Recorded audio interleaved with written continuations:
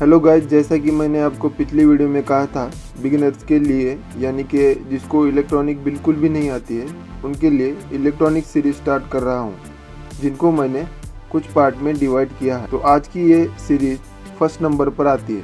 इस series number 1 में हम ये जानेंगे कि एसी और डीसी का क्या डिफरेंस, दोनों कैसे काम करते हैं और इनका कहाँ यूज़ होता है। चलिए वीडियो को स्टार्ट करते हैं। तो गाइज, जो बिजली होती है वो 2 प्रकार की होती है, एसी और डीसी। हमारे घर में जो बिजली होती है वो एसी होती है, और जो बैटरी में बिजली होती है वो डीसी होती है, जो बैटरी में सेव रहती है। इसमें से एसी का मतलब अल्टरनेटिव करंट, इस तरह की बिजली में जो सिग्नल आ रहा होता है वो समय के साथ अपने डायरेक्शन को बदलता रहता है। एग्जाम्पल के तौर पर आपने स्मार्टफोन का चार्जर ले लीजिए, तो उस पर आपने ध्यान दिया होगा, उस पर कुछ ऐसा लिखा होता है 220 वोल्ट 50 हर्ट्ज।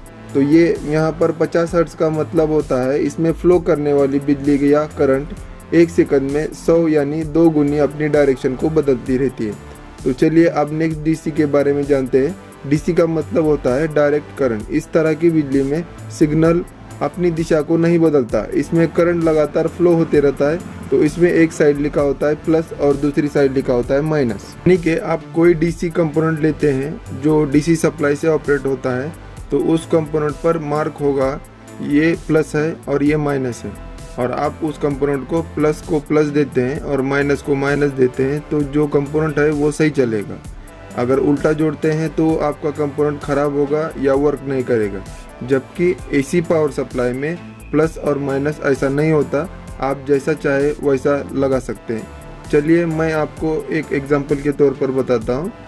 आपके घर में की टीवी, कूलर या फैन, जब उसका प्लग आप बोर्ड में लगाते हैं तब आप ये नहीं देखते कि प्लग उल्टा है या सीधा।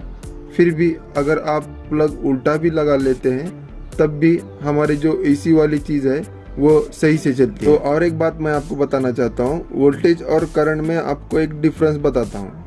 एग्जाम्पल के तौर पर इमेजिन कीजिए आपके पास एक पाइप है, उसमें से पानी बह रहा है। जो पानी है वो करंट है और पानी का प्रेशर जो है वो वोल्टेज है। एक और चीज़ होती है वो है रेजिस्टेंस, जिसका मतलब होता है रुकावट। इसके ऊपर हम अगले वीडियो में बात करेंगे। तो आपको मैंने इस वीडियो में 3 चीज़ें बताई हैं, वोल्टेज, करंट और रेजिस्टेंस। तो ये 3 चीज़ों को हम किस चीज़ में मेजर करते हैं, जैसे कि लंबाई को हम मीटर में मेजर करते हैं, लिक्विड को हम लीटर में मेजर करते हैं, उसी तरह वोल्टेज को वोल्ट में, करंट को एम्पेयर में और रेजिस्टेंस को ओम में मेजर करते हैं। तो फ्रेंड्स, आपको ये सीरीज का फर्स्ट पार्ट कैसा लगा? अगर अच्छा लगा हो तो कमेंट सेक्शन में ज़रूर बताइए। नेक्स्ट पार्ट के लिए सब्सक्राइब नहीं किया है तो सब्सक्राइब कीजिए और बेल आइकॉन को प्रेस कीजिए। मिलते हैं नेक्स्ट पार्ट में, तब तक के लिए धन्यवाद।